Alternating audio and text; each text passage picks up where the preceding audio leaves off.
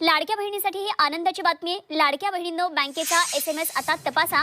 2-3 दिवसामध्ये फेब्रुवारीचा हप्ता जमा होणार आहे। महिला बालकल्याण मंत्री आदिती तटकरे यांनी माहिती दिलेली आहे आणि लाडक्या बहिणींसाठी ही आनंदाची बातमी आहे। तर 2 ते 3 दिवसामध्ये फेब्रुवारीचा हप्ता जमा होणार आहे आणि त्यामुळे बॅलन्स चेक करा, असं आदिती तटकरे यांनी या संदर्भातली माहिती दिलेली आहे। तर आदिती तटकरे यांनी या संदर्भात ट्विट केलेलं आहे, माहिती दिली आहे, पाहूया। तर आदिती तटकरे म्हणतात, मुख्यमंत्री माझी लाडकी बहीण योजनेतील सर्व पात्र लाभार्थ्यांना फेब्रुवारी महिन्याचा सन्मान निधी वितरित करण्याची तांत्रिक प्रक्रिया आजपासून सुरू करण्यात आली आहे। पुढील 2 ते 3 दिवसात सर्व पात्र लाभार्थ्यांच्या आधार संलग्न बँक खात्यामध्ये हा सन्मान निधी जमा होणार आहे।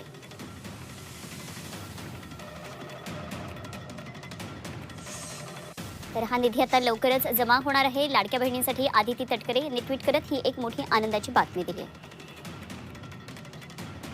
मुख्यमंत्री असतील फडणवीस साहेब, उपमुख्यमंत्री शिंदे साहेब असतील किंवा 2 दिवसापूर्वी अजितदादांनी सुद्धा प्रसार माध्यमांच्या सोबत संवाद साधत असताना माहिती दिली की आम्ही कोणाचेही पैसे त्यांच्या खात्यातून परत घेतलेले नाहीयेत, कोणाचेही पैसे परत घेण्याच्या संदर्भातली चर्चाही नाहीये।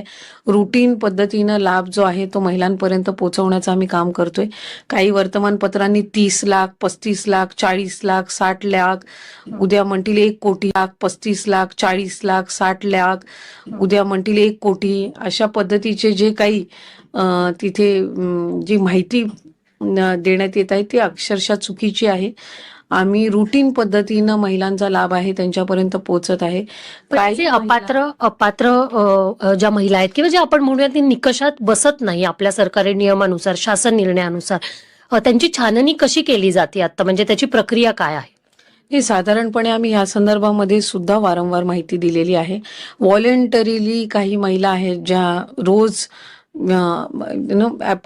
त्यांचे जे काही अर्ज आहेत ते वेगवेगळ्या स्तरावर विभागाकडे प्राप्त होत आहेत। काही खाली ग्राउंड लेवलला जे आहेत अंगणवाडी सेविका असतील त्यांच्याकडे, किंवा खाली तहसील कार्यालयाकडे किंवा विभागाकडे, विभागाच्या जिल्हास्तरीय किंवा तालुकास्तरीय जे अधिकारी आहेत त्यांच्याकडे त्या संदर्भातले जे अर्ज येतात की आम्ही ह्या योजनेसाठी याच्यामुळे आता पात्र नाही आहोत, आम्हाला सरकारी नोकरी लागलेली आहे त्याच्यामुळे आम्ही आता पात्र नाही आहोत, किंवा आम्ही लग्न होऊन दुसऱ्या राज्यामध्ये गेलेलो आहोत त्याच्यामुळे आता पात्र नाही आहोत, किंवा आमचं उत्पन्न आता 2.5 लाखाच्या पुढे गेलेलं आहे म्हणून आम्ही पात्र नाही आहोत, किंवा आम्ही 4 व्हीलर गाडी घेतलेली आहे म्हणून आम्ही पात्र नाही आहोत।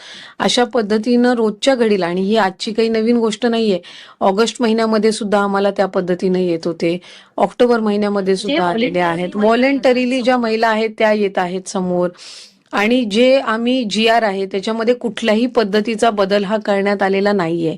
आणि बदल एकतर जे काही निकष आहेत हे जे जुलै महिन्यामध्ये जो आम्ही GR काढला होता, ऑगस्ट महिन्यामध्ये जे आम्ही त्या ठिकाणी सर्क्युलर किंवा शासन निर्णय जो निर्गमित केला होता त्यानुसारच आम्ही जी संपूर्ण पडताळणी आहे किंवा जी काही जे व्हॉलेंटरीली पुढे येत आहेत त्या संदर्भातली पण कारवाई सुरू आहे। आम्ही वित्त नियोजन विभागाकडे जे व्हॉलेंटरीली त्यांचे समोर आलेले आहेत आणि जे म्हणतायत की आम्ही आता पात्र लाभार्थी नाही आहोत किंवा आम्ही चुकीच्या, ही आकडेवारी रोज बदलत आहे। म्हणजे कधी 5 अर्ज येतात दिवसाला, कधी 10 येतात, ही काही हजारांमध्ये आहे, म्हणजे 2-5 हजाराच्या वरती नाही आहे। आणि त्या पद्धतीने हे अर्ज येतात, त्याचे पण अजून रिफंड चालू केलेला नाहीये, अजून कोणाचाही 1ही रुपया कधी खात्यातून घेतलेला नाहीये विभागाने।